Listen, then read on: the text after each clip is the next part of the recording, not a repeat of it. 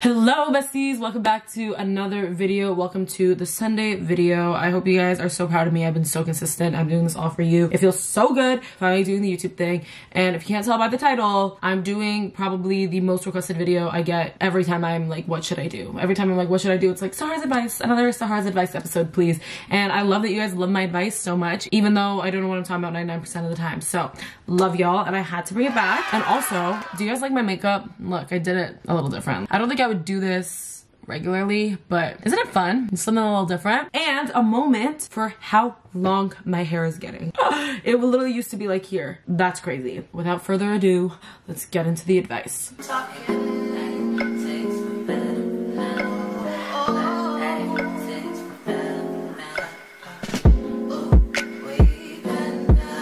So this is Anna Loves Taylor Swift. I also love Taylor Swift. Hi Sahar. So basically I'm in a trio and I feel like my two best friends are getting on each other's nerves quite a bit. Even though they always forget about their fights, I don't. We do have a healthy relationship with each other, but not always. How can I help them not fight as much? When it comes to that kind of thing, let them kind of deal with it. And I understand that you're saying I don't forget, but they do. If they're forgetting, you shouldn't do anything to like bring it back, you know? Treat it as lightheartedly as they treat it, because you're just gonna stress yourself out by like thinking about it too much. The best you can do is try to get them to communicate with each other. Do not get in the middle. Do not go to each side and like low-key talk the other person to each person. Like, that's just not the vibe. If you're just a trio, you only have each other, your best bet is to just get them to talk to each other. But if it makes you uncomfortable to be in the middle of it, you can tell them both, hey, I don't want to hear this. I don't want y'all to talk each other to me, so talk to each other. And that's like a boundary they should respect. This is from Coddington 24. One of my best friends just recently got a boyfriend. It's her first one ever, and from the beginning they started moving incredibly fast. Like within a week of meeting, she was already at his house and they would mess around. This concerned me, especially because he was a very reputation. Like, he broke up with his girlfriend and started hooking up with her best friend the week after. Me and the other friend would warn her about him and she would just get mad and start shutting down. Well, now she has almost completely stopped talking to us, and when she does, it's always about him. My other friends are constantly talking crap on her and I really don't know how to feel about it. Like, yes, she's completely abandoning us for someone that is eventually gonna break her heart, but also she used to be my best friend. I really want to be compassionate towards her. Please help. I really don't know what to do. Here's the harsh reality of situations like that. There is borderline nothing you can say that will make her change her mind about this guy. You can warn her, but you have to understand she's not going to listen. The more you try to like talk him to her, you're gonna cause like a wedge between you two. That's what I found personally with me and my friends, because some of my friends have boyfriends I do not like, okay? I did my due diligence as a friend, which was warning her and being like, I don't think this is a good idea.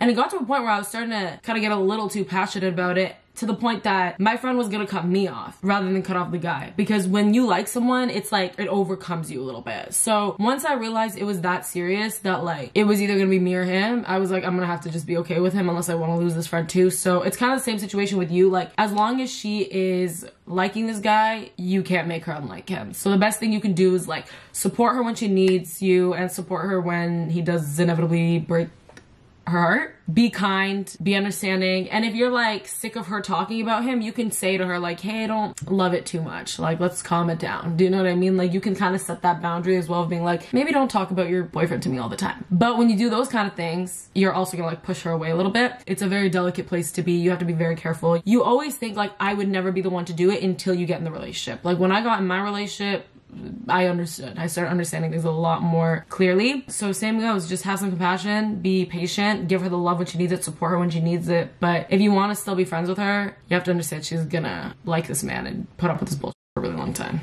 Okay, this is from Ashlyn. Hi Sahar, I just want to say I love you to the moon and Saturn. Love you to the moon and Saturn. I love you to the moon and Saturn. And you inspire me so much. So basically in November, me and my now guy best friend had a thing, a situationship you could call it. Then while we were in the situationship, I found out that my best friend liked him. And she said it would really hurt her if we ended up in a relationship, which I know would have. So over the course of a few weeks, I forced myself to stop liking him and gave up on our situation so she could have him. And that broke me. But between January and 2 weeks ago, April, I was in another situationship with my ex's best friend. And now my best friend, not guy best friend, likes the more recent situationship guy. I'm not really sure what to do or if I should drop her or not. I'm not mad or upset. I just don't believe that she only started liking him after we broke up. And I do think she liked him when we had a thing. What do you think I should do? Listen, you're better than me for dropping the first one. If she had made it clear she had liked this guy for a really long time and then you started going for him, I'd be like, okay, that was kind of slimy on your part. Maybe let that go. But if she's telling you after the fact, I'm sorry, what are you literally talking about? I'm not, no.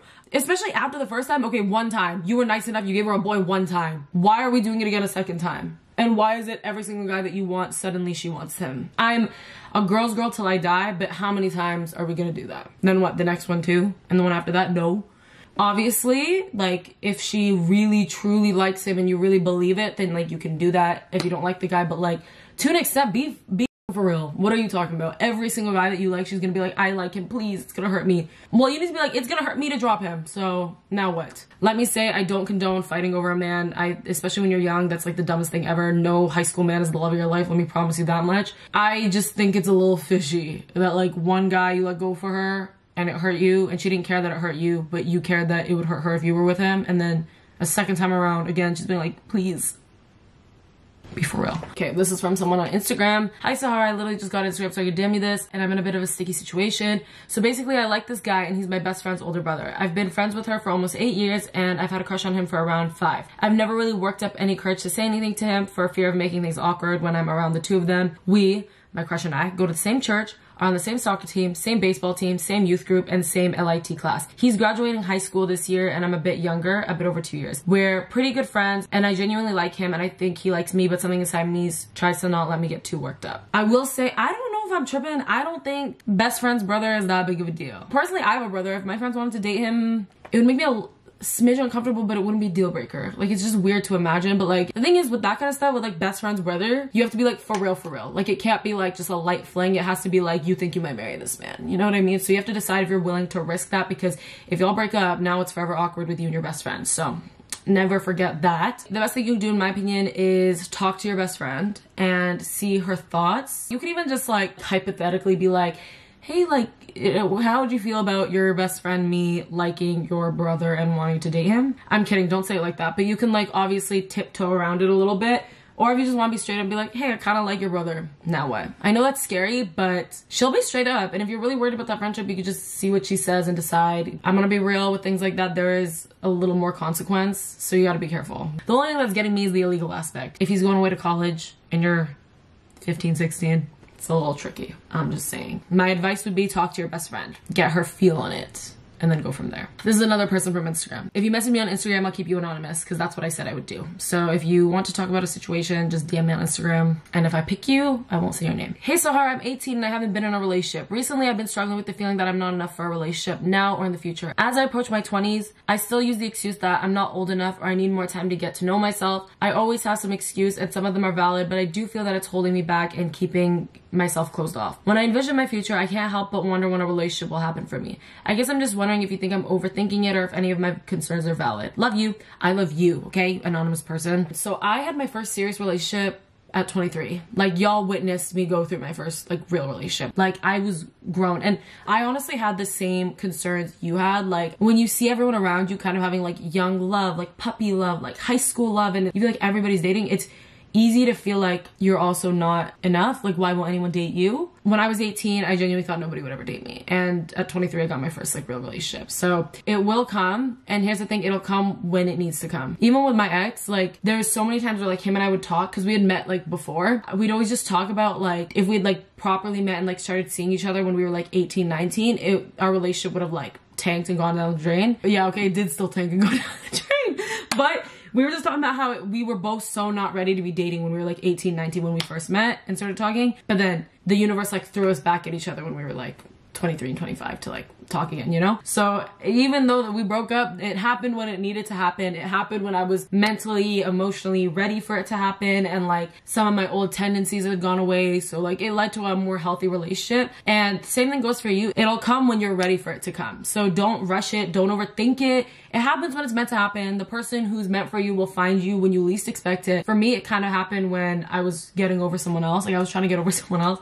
And then this, like that relationship had started. You're so young. 18 is literally baby, I promise you. So you're gonna be fine. Okay? Your person will come. Please, I've been on my knees. And can we talk about the way Taylor talks? Like, Taylor, you did not live prophecy. What are you, how did she write that? Prophecy is for the girls who like struggle with relationships and haven't had relationships in a really long time. Not the girls who are always dating. And I'm not shaming Taylor for dating. I love that for her, queen, go off. But you don't get prophecy. Me and Brianna get prophecy. Here's a bit of a longer one. This was from Billy. Hi Sahar, this video came up at the perfect time because I need your help. There's going to be this ceremony at my school for anyone who participated in a sports team. I didn't participate because I'm not an athlete, but it's a fancy event and everyone I know is going. My best friends, my guy friends, and my crush.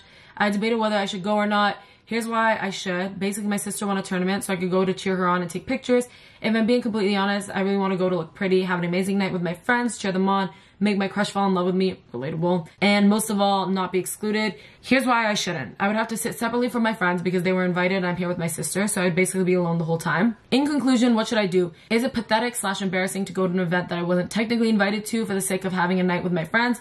Will my crush think it's embarrassing? If I don't go, how do I make myself feel less like a reject? Because that's honestly how I have felt my entire life, and this event just emphasizes that. Basically, I need your help. Finally, I love you, Sahar. You're the most beautiful, kind, smart, incredible person. I would love to meet you someday. I love you. Thank you so much. That was so sweet. I'm CEO of doing things alone. I love like doing things by myself. So I think if you want to go, go. And I don't really think anyone would judge you. I don't think anyone would shame you for it because like you're going with your sister, like cheering her on, whatever. Like you shouldn't make your decision based on whether your friends are going to find it embarrassing or not. Because if they find it embarrassing, first of all, terrible friends. Second of all, that's rude. Third of all, what's embarrassing about going to a game and cheering on your sister? Or like going to an event and cheering on your sister, whatever.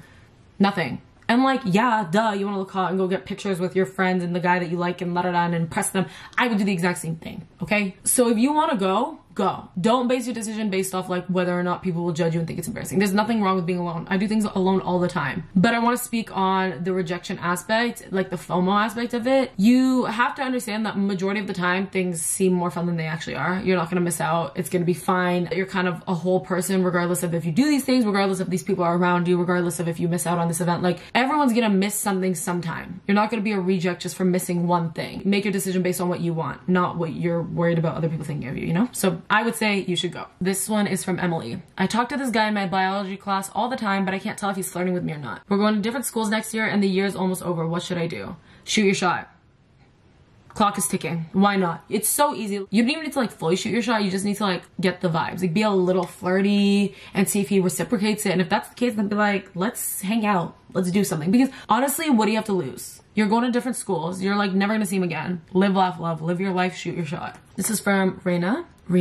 I don't know if I'm saying it right, I'm sorry. My friends are changing around me and somehow sad from me just because I don't want to vape or look at nudes or want to talk about intercourse 24/7 or let them touch me inappropriately. Am I too tough and need to loosen up or should I cope with it and find new friends? Okay, girl, you need to understand sometimes you outgrow people or people outgrow you or like you're just in different paths with life. Like I would definitely say you need to keep your distance from those kind of friends and find new friends because no friends should be making you uncomfortable like that. That's not normal. Like you don't need to do all that. Like you don't need to just because everybody else is doing it. Like nobody's making you do it. You're go at your own pace. Do not rush yourself because other people are doing it. And if these people are making you uncomfortable, those aren't your friends. Your friends will not make you feel that way, okay? Okay, so this is our final one. Can you please do one about accepting being alone? By the way, I love you so much. You're literally my comfort channel. I love when you guys call me your comfort channel. Like that's literally like the biggest compliment on earth to me. Like that makes me so happy. I love you when you guys say that, please. So accepting being alone. So my therapist and I are working on like attachment styles, okay? And I have an anxious attachment. My ex had a fearful, avoidant, leaning, dismissive, avoidant attachment style, so we didn't work because of that reason. And I'm trying to become secure, like a secure attachment style because I've struggled with relationships because of my attachment style. What she was saying was like a secure person basically has everything they need. They're whole in who they are. All their needs are filled. They fill their own needs. So when they look for a partner, they're kind of looking for someone who's gonna add stuff to that, who's gonna add things to their life, who's gonna make their life better, who's gonna make their life easier, right? So what you need to do to be content with being alone is you need to fill your own voids. Like you need to fill those voids on your own. You need to make yourself feel good. Make yourself feel so good in every way that you don't need external validation. You don't need a boy in order for you to feel good, not alone. So fulfill your own like self-love needs. If it's like physical needs, whatever it is, find a way to fulfill those things and then you'll be okay being alone, which is, I know, very much easier said than done. Like I'm not even good at this. Like I'm still working on it a lot right now. You need to focus on yourself and then love will eventually come. Like focus on you for real. Find the things that make you feel whole on your own. And then the relationship that you find, you need to find one that makes your life even better. You already have everything. But you're looking for something that's gonna make it even better, you know? That's the end of this Sahar's advice video. I hope you guys loved it. Thank you everyone who submitted their situations and trusting me with the vulnerability. And I love that you guys love my advice. And I hope the advice was helpful, even if it wasn't your exact situation. I hope you found something to take from this video. You guys can comment some situations on this video. And then when I do another Sahars advice, I'll come back here and like look at some of them and choose some from here too. But otherwise, make sure to check in on community. I'll have you guys like DM me whenever I have like another Sahars advice video coming up. So always check out for those. I love you guys. I hope you guys love the video, and I'll see you guys next Sunday. Okay, bye.